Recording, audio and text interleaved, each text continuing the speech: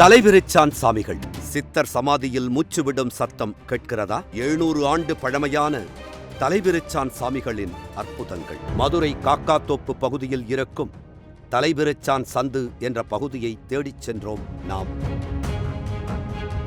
தன் தெரு பேர் என்ன பேரு? தலைவிரிச்சான் சந்தா. எப்படி இந்த பேரு தெருக்கு பேர் வந்திருக்கு? எப்படி அந்த காலத்துல சாமி ஒருத்தர் அப்படியே அடங்கியிருக்காரு. ஓ, ஒரு வீட்டுக்குள் இருப்பது போல அமைந்திருந்தது அந்த சமாதி. பழமையான சிறிய கட்டிடம். சமாதிக்குள் நுழைந்தோம். சமாதியில் வைக்கப்பட்டிருந்த லிங்கத்தின் உருவம் அப்படியே ஒரு மனித உருவத்தை ஒத்திருந்தது போல வடிவமைத்திருந்தார்கள். இவரைத்தான் தலைவிரிச்சான் சாமிகள் என்று அழைக்கிறார்கள். அது மட்டுமல்ல, இவரை பிரம்மரிஷி என்றும் அழைக்கிறார்கள்.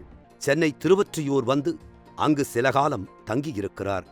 அப்போது அந்த பகுதி மக்களின் வேண்டுகோளுக்காக மறுபடியும் பூமிக்குள் அமர்ந்து தவம் புரிந்ததாகச் சொல்கிறார்கள். அந்த சம்பவமே தலைவிரிச்சான் சாமிகள் மதுரை வருவதற்கு காரணமாக அமைந்தது என்கிறார்கள்.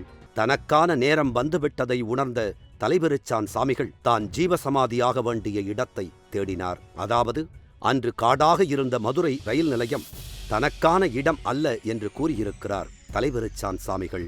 தலைவிரிச்சான் சாமிகள் சமாதி அமைந்த இடமே தலைவிரிச்சான் சந்து என அழைக்கப்படல் ஆயிற்று. காலங்கள் எத்தனை கடந்தாலும் சித்தர்களின் அருள் என்றும் நிலைத்திருக்கும் என்பதற்கு எடுத்துக்காட்டாக பலர் இருக்கிறார்கள். தலைவிரிச்சான் சாமிகளிடம் வந்த பிறகு எனக்கு நல்லது நடந்தது எனச் சொல்வதற்கு அப்போது மட்டுமல்ல, இப்போதும் மக்கள் இருக்கவே செய்கிறார்கள்.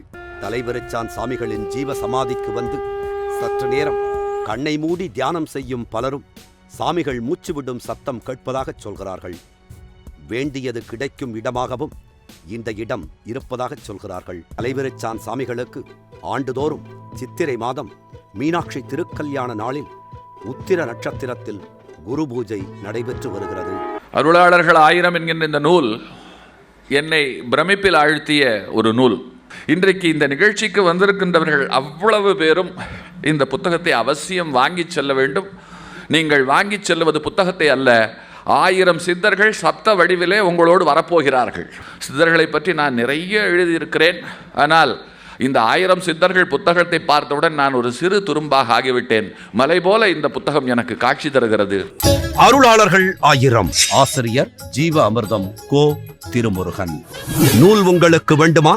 அதற்கான அலைபேசி எண் 739 739 4174. ஜிபே மூலம் செலுத்த 9176564723.